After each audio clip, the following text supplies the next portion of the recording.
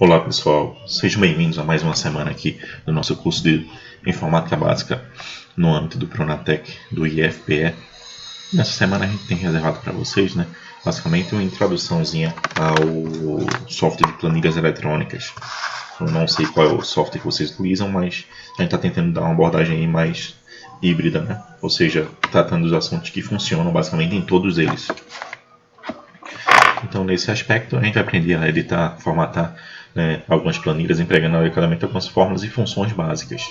A gente tem mais ou menos isso aqui para tratar hoje, especificamente, alguma introduçãozinha e o histórico. E além das coisas mais básicas iniciais, quando a gente abre um software de planilhas eletrônicas, a gente vai ver que esse software não tem basicamente nada de tempo a que temer, já que geralmente é o software que o pessoal mais tem medo ainda hoje em dia. Era assim antigamente, hoje em dia ainda continua dessa forma. A gente vai tentar desmistificar um pouco isso. Então, de onde veio esses carinhas? Basicamente, desde 82, nós tivemos o lançamento do Multiplan pela Microsoft, que era para um sistema operacional chamado CP/M em si.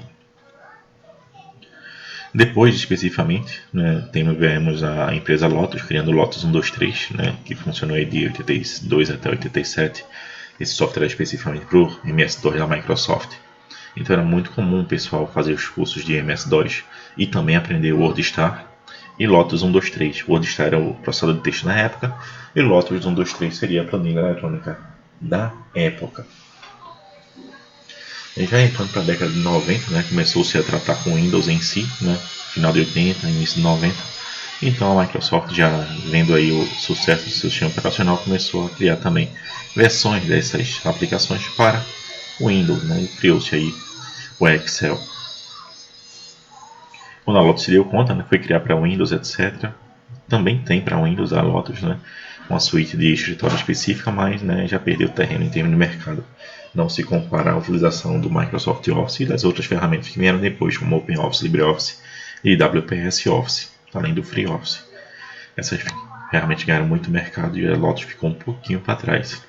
Então, na tela que você tem até a versão 2003, que funcionou aí até o lançamento do Office 2007, nós temos essa tela padrão, que é basicamente bem semelhante ao LibreOffice, ao OpenOffice e ao FreeOffice. Você tem uma tela bem semelhante, você tem uma barra de status, uma barra de títulos lá em cima, realmente o nome da aplicação e o arquivo que você salvou ainda, não salvou, barra de ferramentas, barra de menus e a barra de fórmulas, tudo bem semelhante ao Word que a gente já tinha visto, o que tem diferente só é a barra de fórmulas. As outras barras também tem no Word, só a configuração é que muda, as opções estão mostrando já. Como o Word mudou, a partir de 2007, o Excel também, houve uma aglutinação do menu em si e da barra de ferramentas juntos, montando aí a faixa de opções. Barra de título e barra de status continuam e a barra de fórmulas continua do mesmo jeitinho. Como vocês podem ver, o Excel é organizado em colunas e em linhas. As colunas em si são especificadas por letras e as linhas especificadas por números. E geralmente uma célula é um encontro entre uma coluna e uma linha, onde você vai ter aí um conjunto da letra com um número. Então, na prática, quando nós temos aqui um Excelzinho, cadê você? Está aqui. Então, quando você tem aqui, essa célula selecionada, ela está na coluna C, que é a linha 7. Aqui, especificamente na caixa de nome, ele vai dar o nome dessa célula. Essa célula é a célula C7. Como essa é a célula P4, essa é a célula A2, e assim sucessivamente.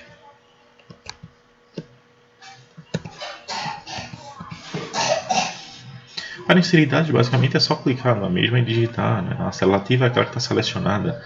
As linhas são numeradas aí até 65.000 em versões anteriores e a coluna até IV. Mas nas versões posteriores isso muda um pouquinho. Então a gente já aprendeu o que era uma barra de títulos, o que é a barra de menu, o que é a barra de ferramentas. Depois, da versão 2007 seria uma barra de opções. E a gente tem como padrão as extensões do arquivo Excel. Então vamos lá. Então como é que eu sei o limite máximo aqui, especificamente das colunas em si? as colunas vão até um certo limiar, né? E assim, com a tecla Ctrl End especificamente, você consegue ir até o final. Ó. A gente vê que já hoje em dia já é um pouco maior. Assim, com a tecla Ctrl Page Down, a gente consegue ir lá embaixo. E a gente vê também que os limites, né, não são tão parecidos com até a versão aí 2006. Nós atualizamos aqui, né, especificamente os novos limites. A partir da versão 2013 você vai até a coluna XFD e até a linha, né, 1.048.576 especificamente. As extensões geralmente, né, mostradas do arquivo, né, são até a 2003, né, do XLS, né, e a partir da versão 2007 XLSX. Isso aqui está errado, então deixa eu corrigir logo. XLSX. Perfeito agora. Até a versão XLS. Versão 2003, né, XLS. E a partir da versão 2007 você tem o tipo de arquivo padrão, a extensão padrão XLSX. Né? Isso aí cai até em concursos em si. Né? Então é bom ficar ligado.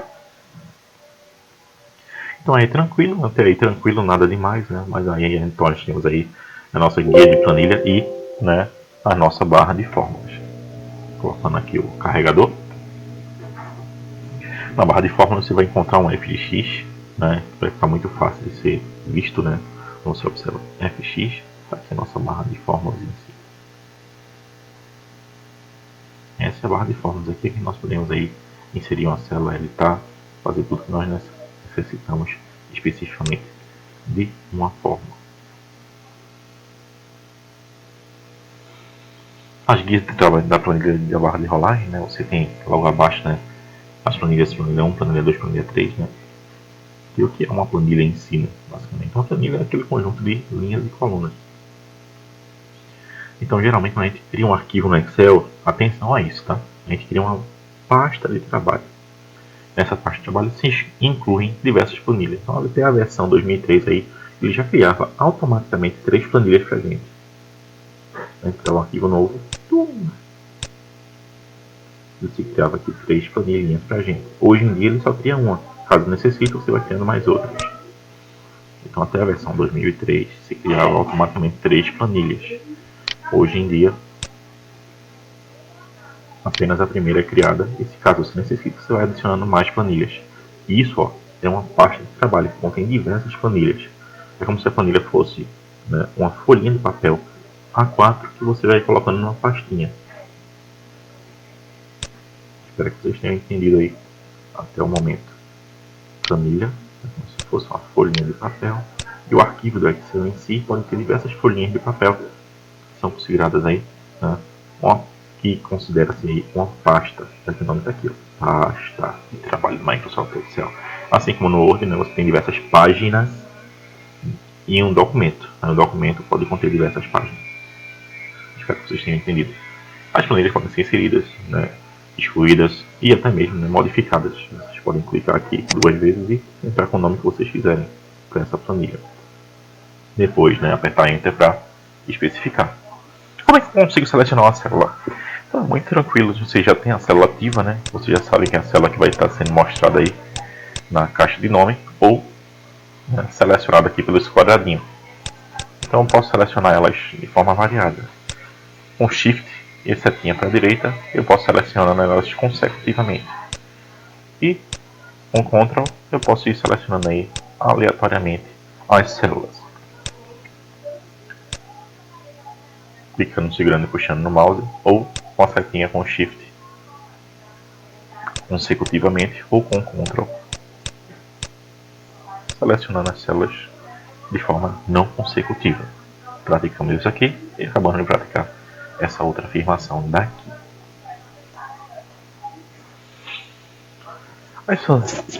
As planilhas também podem ter seleções específicas de linha e coluna, né? Para selecionar uma linha, clica-se no número da linha. Para selecionar a coluna, clica-se na letra da coluna. Para selecionar a linha inteira, clica-se na região que não tem nome, que é essa região daqui.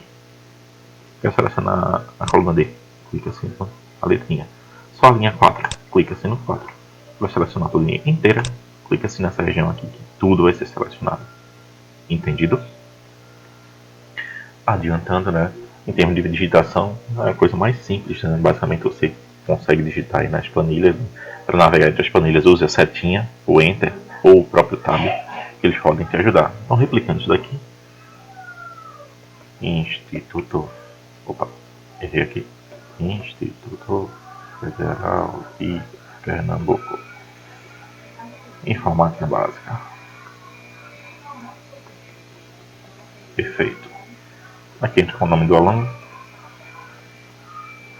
Aqui com a primeira nota. Aqui com a segunda nota. E aqui com a média, por exemplo. Bem tranquilo. Ana.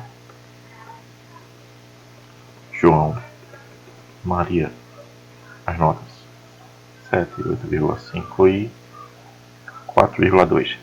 Vocês replicarem o que é mostrado para vocês é muito importante, tá? Vocês vão notar aí o que é que nós estamos fazendo, né, quando nós pensamos em replicar esses conhecimentos para vocês. Um texto pode ficar sumidinho assim, ó. Ele é um planilha, você sabe que ele está indo além do espaço necessário. Por que isso acontece? E aqui não acontece. Porque aqui, ó, está zerado, não tem qualquer tipo de informação. Aqui tem informação, então essa informação sobrescreve a primeira. Caso você realmente queira, né, ver todo esse texto aqui sendo exibido, você pode clicar aqui e quebrar o texto automaticamente e o texto vai ser exibido conforme aqui está mostrando na planilha. Então, basicamente, não, você tem aí ó, como digitar. Então, aqui eu digitei, coloquei Enter, né, ou fui com a setinha para a direita para passar sempre para a próxima célula. A setinha para a direita, o Tab faz isso, setinha para a esquerda, setinha para baixo, setinha para cima. Qualquer momento que você queira digitar, basta digitar e confirmar. Para apagar, seleciona a célula aí, aperta Delete, por exemplo. Bem tranquilo. Trabalhando aí com fórmulas em si. Se eu quiser fazer uma média dessas duas notas em si, eu tenho diversas formas de se fazer. Então, utilizando a fórmula média, né, que nós temos já cadastrados aqui nas nossas planilhas eletrônicas em português, tem esse nome aqui, se é em inglês, vai estar com o nome de average. E a soma, nas versões de português, todas elas têm o mesmo nome, né? Se tiver na versão em inglês, vai estar com o nome sum, S-U-M. E geralmente tem um modo, né, de trabalho direto, aritmético, né? Usando aí questões aritméticas, né? O conteúdo da célula B5 mais o conteúdo da célula C5 dividido por 2, por exemplo. Isso aqui, como tem parênteses, será somado primeiro, depois será efetuada a divisão. Isso são basicamente assunto aí de aritmética, questões, né, bem primárias aí de quinta série de matemática. Né? O que é que se faz primeiro? Uma divisão ou uma adição? Primeiro faz uma divisão. Se não quiser que se faça a primeira divisão, você entra com os parênteses e os parênteses dá prioridade para aquelas operações. Né? Vocês devem ter esse tipo de conhecimento aí matemático, já que é um conhecimento até de primeiro grau. Então, aqui, nessa forma B5, ó, eu posso colocar essa fórmula aqui, ó, que significa faça a média, né, da célula B5 até a célula C5. O ponto e vírgula aqui dentro de uma fórmula significaria um até. Se for um ponto e vírgula, significaria um i, por exemplo. Então, qual a diferença desses dois? Aqui não ia mudar nada, porque só tem duas fórmulas. Mas se tivesse 3 células, na B5 até a B6, por exemplo. Se você coloca 2 pontos, ele ia somar as 3 seguintes. Se você coloca um ponto e vírgula, só iria somar a primeira e a última. Já começaria a dar problema. Então é bom atentar a isso. A célula C5 mais B5, tranquilo, dividido por 2. Acho que vocês entendem perfeitamente isso aqui. E aqui segue o mesmo padrão. Somar esses dois para depois dividir pela quantidade. Então vou tentar replicar aqui a primeira. Igual. Média. Observe que ele vai já te ajudando. Ó. Ele já disse o que é aquilo ali. A média retorna a média aritmética dos argumentos. Então tem aqui forma número 1. Eu vou selecionando aqui, ó, clicando, segurando e puxando. Ele vai criando para mim o intervalo. Quando acabar, eu fecho com um parêntese e confirmo. Já nós temos já a média 6,5 e está correto. Mas como é que eu faço para selecionar, para copiar para as demais? Né? Você tem duas formas, ou copia e cola, ou então você posiciona o mouse até essa região aqui, ó, até ele virar uma cruzinha. Pode ser aquela cruzinha normal e branca, quando ele virar a cruzinha preta, você clica, segura e puxa. Isso também é copiar as fórmulas, né, que você utilizou. Tem duas formas de utilizar aí as referências. O que é referência? É o endereço da célula dentro de uma fórmula. A gente pode utilizar de forma absoluta e de forma relativa. Qual é o normal? O normal é usar a fórmula relativa. Por quê? Porque quando você faz uma média em D5, calculando informações de B5 e C5, isso aqui automaticamente você entende que você está tratando isso tudo como se fosse uma planilha só. Uma linha só, desculpem. Então, quando eu copio isso para as demais células com Ctrl C ou com Ctrl V, observe que ocorreu com a fórmula. Aqui, ó, se eu fui para a célula D6, automaticamente ele vai atualizar a referência para B, agora 6, para C, agora 6. Se eu for para D7, ó, ele automaticamente atualiza as referências para C7 e D7. Isso a gente chama de frequência relativa. Então, dependendo do local, né, do resultado aqui, da fórmula, e do que você utilizou, ele vai atualizando isso, né, de acordo com o que você, no local que você vai colando. Então, se aqui eu estava na D5 e estava fazendo cálculo de B5 e C5, se eu joguei isso aqui para cá, eu estou na D6, então ele automaticamente vai atualizar essas referências relativas, né, atualizando para B6 e C6, B7, C7 e assim sucessivamente.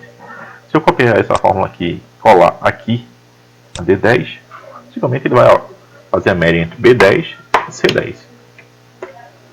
Isso a gente chama de frequência relativa. Então, de referência relativa, desculpem. Né? Referência absoluta, o que é referência absoluta? É onde você usa uma artimanha para não fazer com que isso mude. Por exemplo, vou fazer aqui um exemplo separado para vocês entenderem. Cotação dólar. Por exemplo, aí o dólar hoje está 3,31. Isso aqui é muito importante. Se você faz aqui, compra 1. A compra 1 foi 54 dólares, por exemplo. Aqui, o valor USD, valor em real. Como é que eu faço para saber o valor disso aqui em real? Então, digamos que você vai fazer o quê? Basicamente uma multiplicação, né? Isso vezes isso. E aí você tem mais ou menos o valor em real da sua compra. Mas aqui pode ser perigoso, porque a gente não utilizou valores absolutos, a gente usou valores relativos. Então, se eu fizer uma compra de 24 aí, dólares, eu quiser saber quanto é em real, e eu fizer a cópia dessa fórmula, olha o que vai acontecer. Por quê? Porque ele utilizou aqui essa I12, né, como fator multiplicando, e aí 7. Se eu não fixo isso, quando eu vier para a próxima, ele vai para I13 e 8. Como é que eu faço esse procedimento para fixar linha ou coluna? É só adicionar, né, um cifrão antes. Por exemplo, se I7 é um número padrão, não vai ser modificado ao longo do meu cálculo. Na primeira fórmula, eu fixo a linha, adicionando um cifrão antes dela. Adicionando um cifrão antes da coluna, fixa a coluna. Adicionando um cifrão antes da linha, fixa a linha. Se adicionar cifrão antes da linha e antes da coluna, fixa os dois. Não tem como esse cara ser modificado.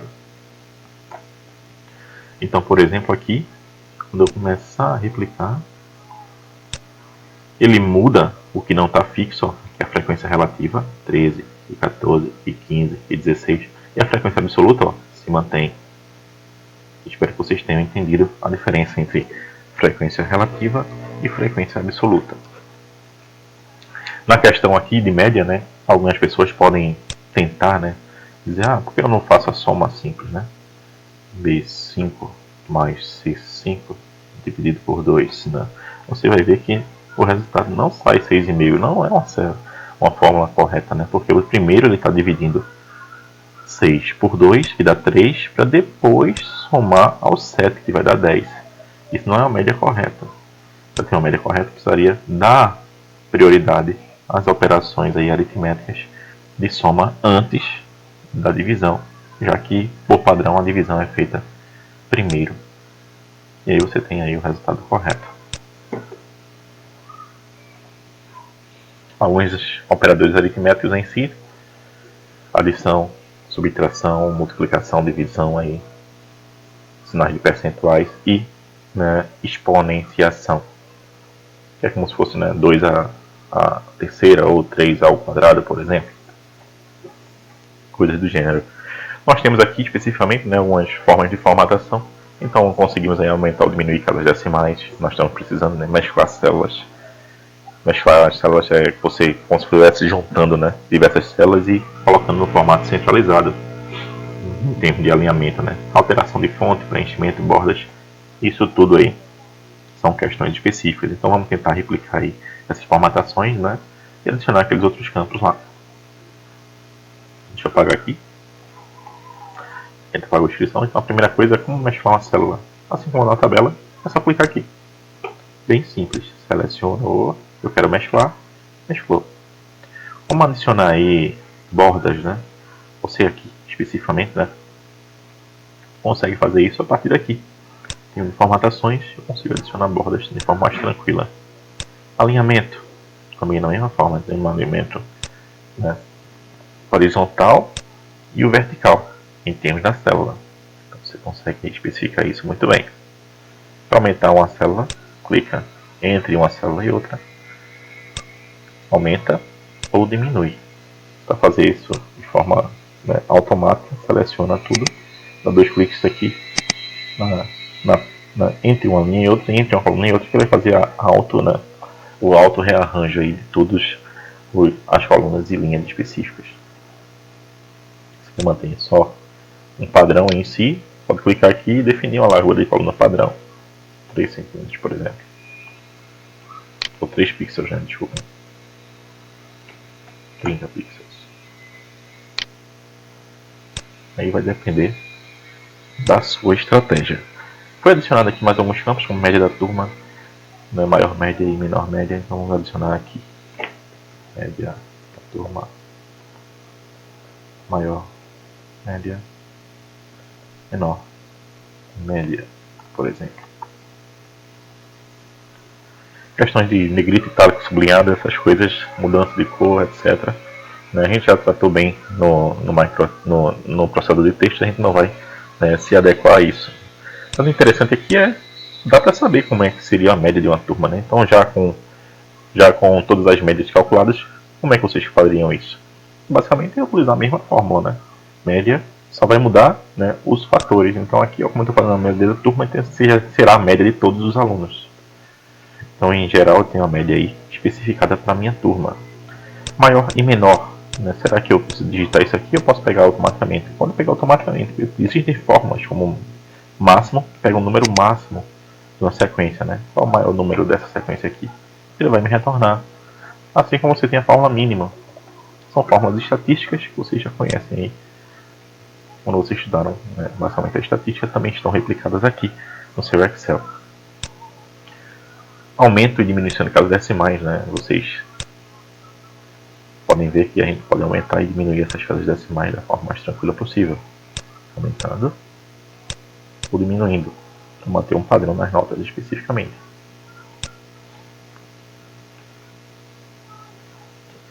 E nós temos mais diversas formatações aí específicas, né? Como acrescentar aí, né, estilo de moeda, percentagem, etc., com os botões que geralmente adicionam, né, essas funções: moeda, percentagem, casa dos milhares, e as formatações em si, vocês já estão acostumados, né? Plano de fundo, cor da fonte, bordas, entre outras.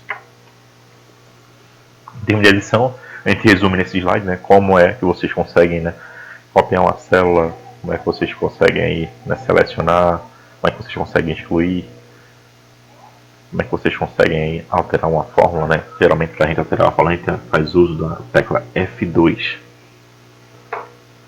Então existem mais diversas fórmulas, a gente não pode, né, ficar aí, né, diante desse aparato diferenciado. Então tem aqui, né, o número 1, 2 e 3, né, célula B1, C2 e né, B14, C14 e D14, por exemplo. Eu posso utilizar isso aí para fazer uma soma, né, dessas três células. Observe que os dois pontos. Aqui eu vou fazer a prática dos dois pontos, tá? Soma de B14 até D14. Então eu somei 1 mais 2 mais 3, que deu 6. Se eu mudar isso para ponto e vírgula, B14 até B14. Observe que ele só somou o primeiro e o último. Não somou o do meio. Que esse erro a gente pode fazer aí ao trocar um dos pontos por um ponto e vírgula. Acho que deve estar claro aí para vocês, né?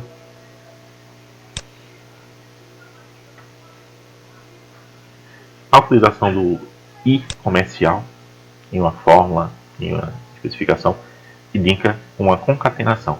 Então aqui, ó, basicamente estou mandando somar B14 I comercial, B14 I comercial, B14. Então o que ele fez aqui? Deu 13. Como é que dá 13 nessa soma aqui? Ele não está somando, ele está unindo. Ele está fazendo uma união. Ele está fazendo uma concatenação, juntando 1 com 3. É até uma brincadeira popular, né? Que alguém diz, quanto é 2? Né? E 2. Aí geralmente a pessoa vai e responde 4. Geralmente, né? Se especifica que não é 4, né? É 22. 2 e 2 é 22 e não 4. Né? Basicamente é uma replicação dessa ferramenta popular. Né? Você pode utilizar essa concatenação da forma mais simples possível, só adicionando aí I comercial entre os fatores, você vai ter aí, né, uma concatenação 1 e 2 e 3, resulta 1, 2, 3, por exemplo.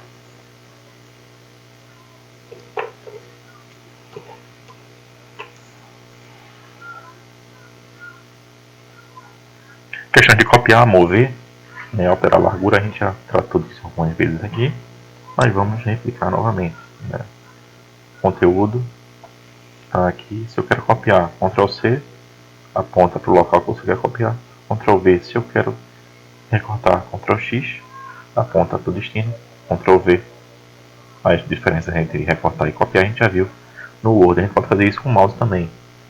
Clica, segura e puxa, sem apertar tecla nenhuma, é o recortar. Clica, segura e puxa com o Ctrl, significaria o copiar. Recortar sem tecla nenhuma, mais a tecla Ctrl, significaria o copiar. Está tudo descrito aqui. Questão de arquivos, né? Como salvar especificamente. Aqui em arquivo, salvar. No meu computador aí eu posso especificar um local para salvamento desse documento. E a extensão padrão, como essa versão minha é a versão 2013, vai apontar XLSX. Embora eu tenha todas as outras opções aqui, inclusive versões anteriores, ó, de 97 a 2003, que é o padrão XLS. Questões de visualização de impressão e de impressão, assim como no Word, também foi modificado. Né? Antes você tinha o botão de visualização e impressão, tratava aí como é que funcionava, como seria exposta a sua planilha, né, na impressão. Hoje em dia nós temos basicamente a opção impressão. A gente pode adicionar aí por arquivo, imprimir, e aqui a gente já consegue visualizar aí de forma mais intuitiva como é que essa planilha será impressa. Basicamente, né, numa impressora. Querendo imprimir, clica aqui, querendo alterar alguma coisa, você vai para a parte de configuração de página. E assim você consegue alterar a margem, incluir cabeçalho e rodapé. A que ponto, né, você vai fixar essa planilha em si. Né, se você pode aumentar essa planilha para diminuir, colocar no formato paisagem, no formato de retrato. Questões como essa, né, todas elas estão agregadas na função hoje imprimir. Então tentem exercitar aí, procurem fazer exercícios, né, fazer outras planilhas de exemplo em si. Tentem, quanto mais vocês praticarem melhor. Então a gente sugere aí fazer planilhas de lista de compras, fazer planilhas de churrasco em si. E vão praticando, né, essas situações aqui, ó, tem uma formatação no formato de moeda, né? Possivelmente o valor total aqui vai ser a multiplicação do valor unitário vezes a quantidade. E aqui embaixo possivelmente vai ser uma soma de todos os valores anteriores. Coisa bem simples que vocês conseguem fazer. Então nesse capítulo a gente viu coisas bem mais básicas aí sobre, né, planilhas eletrônicas, e a gente espera que vocês consigam especificar e expandir esses conhecimentos. Em termos de atividade da semana, a gente criou também um questionário, já que foi bem elogiado aí por vocês. Também nessa questão aí mais básica do Microsoft Excel. Então tente atentar aí às questões aí que a gente apontou no livro, no guia de estudos, e aqui falando pessoalmente, né? Eu guiei algumas dúvidas aqui que possivelmente, né, vão resolver algumas questões aí do questionário. Então fiquem ligados. Até mais, pessoal. Tenham uma boa semana.